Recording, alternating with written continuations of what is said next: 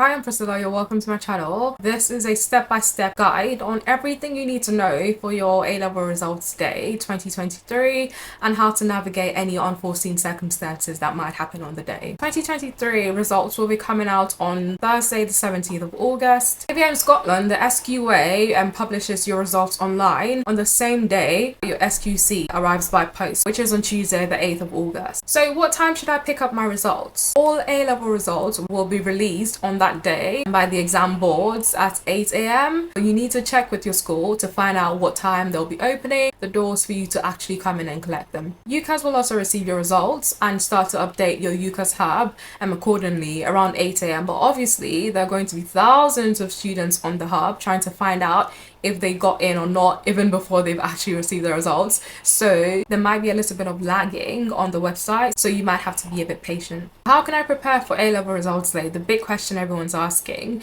So obviously we all hope for the best. We hope that you go in and you get whatever grades that you're required to get into your dream uni courses or apprenticeships. Things can go wrong. Here are a few things you can do to prepare to navigate that. If unfortunately your grades are lower than expected and you might need to call up universities or go through clearing, make sure you have a fully charged phone or a charger with you. Take a notebook and a pen as well. Have details of conditional offers, university contact numbers, your UCAS number, university UCAS and clearing numbers as well, so you can phone them up. Make sure that you prepared some notes about the courses that you're calling to inquire about beforehand and any questions that you might have to ask the tutors when you're on the phone. It will help to have your personal statement on hand as well and your GCSE results, because if you do get a course through clearing on the phone, they might want to talk to you about your personal statement. They might ask for your GCSE results to help them make a decision, so it's just helpful to have it on hand. So what if I'm on holiday? If you're going to be away, you need to make sure that your UCAS Hub contains your correct personal details and that you have nominated someone who can collect the results on your behalf, and they can also have access to your UCAS Hub to make any changes that you want them to make. If you didn't nominate someone whilst completing your application for UCAS, it's best to speak to UCAS to see how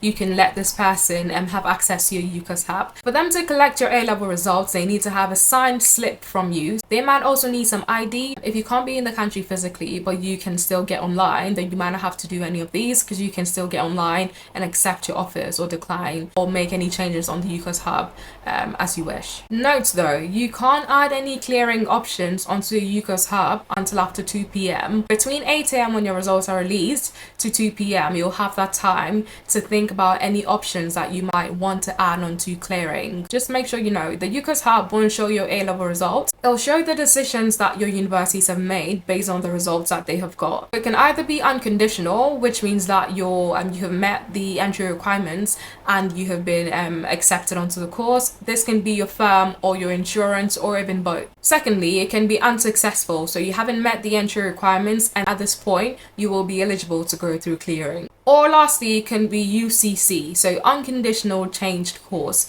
This means that you haven't met the entry requirements for the initial course you applied to.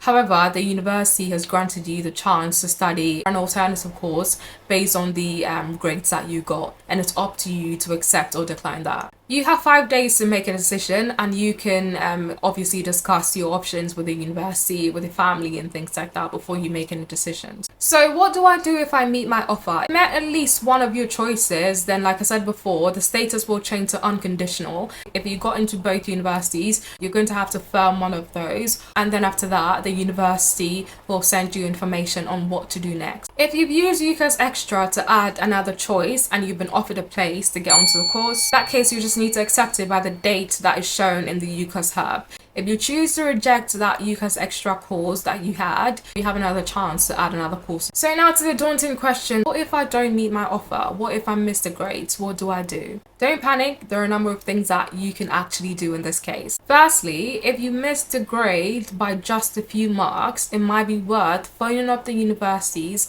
and pleading your case to see if they'll make some allowances for you.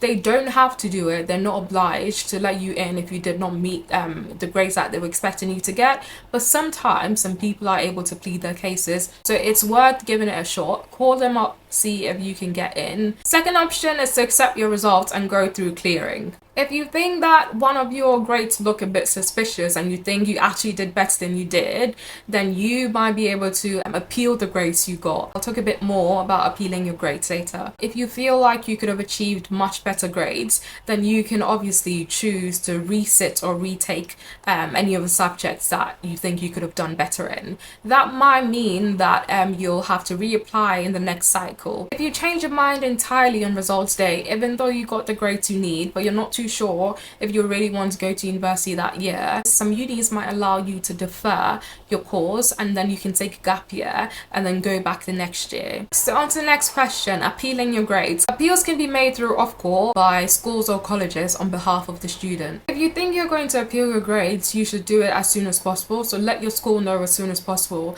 because I know most sixth forms and colleges tend to have deadlines for submitting any appeals. So if you're thinking of appealing your grades, as soon as possible, just when you make a decision, just let them know. Bear in mind though, if you're appealing your grades, 3 things can happen.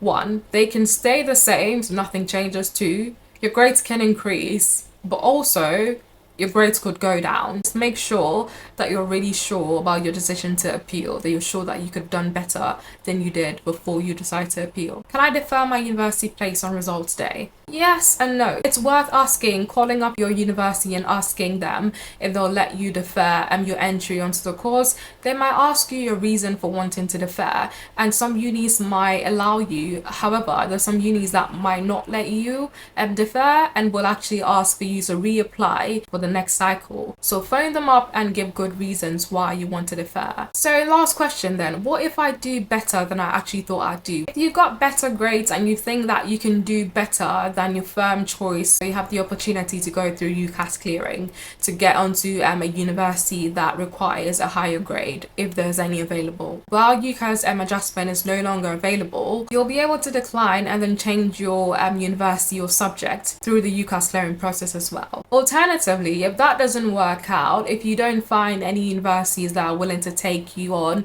with a higher grade, then you have the option to decline it totally and then reapply for that new university and course in the next cycle. So yeah, that's all from me. All the best on results day. I hope it goes well for you, but if it doesn't, you have options. Honestly, you really do have options. Don't be bogged down. If you know that you did the best that you could have, you have peace in knowing that whatever the results might be. All the best. I hope everything works out for your good. If you have any questions I didn't cover, and make sure to put them in the comment section.